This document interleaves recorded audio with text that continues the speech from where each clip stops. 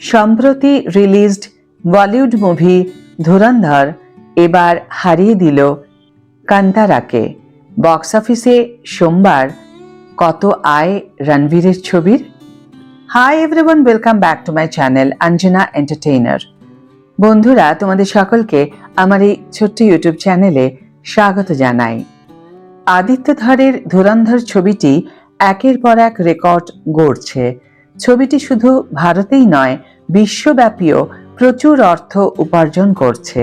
সম্প্রতি ভারতের সর্বকালের সর্বোচ্চ উপার্জনকারী চলচ্চিত্রের তালিকায় অন্তর্ভুক্ত হওয়ার পরে ধুরন্ধর এখন বিশ্বব্যাপী সংগ্রহ দিয়ে কান্তারা চ্যাপ্টার 1-কে ছাড়িয়ে গিয়েছে। স্যাকনিকের রিপোর্ট অনুসারে ধুরন্ধর বিশ্বব্যাপী 872.25 কোটি টাকা আয় করেছে। একই সময়ে ঋষভ শেট্টির ছবি কান্তারার বিশ্বব্যাপী সংগ্রহ ছিল 852 কোটি টাকা। ছবিটি এখন 2025 সালের সর্বোচ্চ উপার্জনকারী ভারতীয় চলচ্চিত্র হয়ে উঠেছে। সোমবার ধুরন্ধর 16 কোটি আয় করেছে এবং সেই অনুযায়ী ছবিটি 571 কোটি টাকা আয় করেছে। প্রথম সোমবার ছবিটি 23.5 কোটি আয় করেছিল।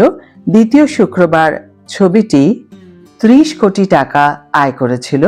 এর আগে রণবীর কাপুরের অ্যানিমেলকে সরিয়ে দিয়ে ভারতের শীর্ষ 10টি সর্বোচ্চ উপার্জনকারী ছবির তালিকায় 10 নম্বরে জায়গা করে নিয়েছিল এটি। শীর্ষ 10 তালিকায় রয়েছে কেজিএফ চ্যাপ্টার 2, RRR, কালকি 2898 এডি, জওয়ান, কান্তারা চ্যাপ্টার 1, ছাওয়া, স্ত্রী 2 আর ধুরন্ধর। ধুরন্ধর ছবিটির কথা বললে এটি 5ই ডিসেম্বর মুক্তি পেয়েছে। এখনো বেশ ভালোই আয় করছে এই সিনেমা।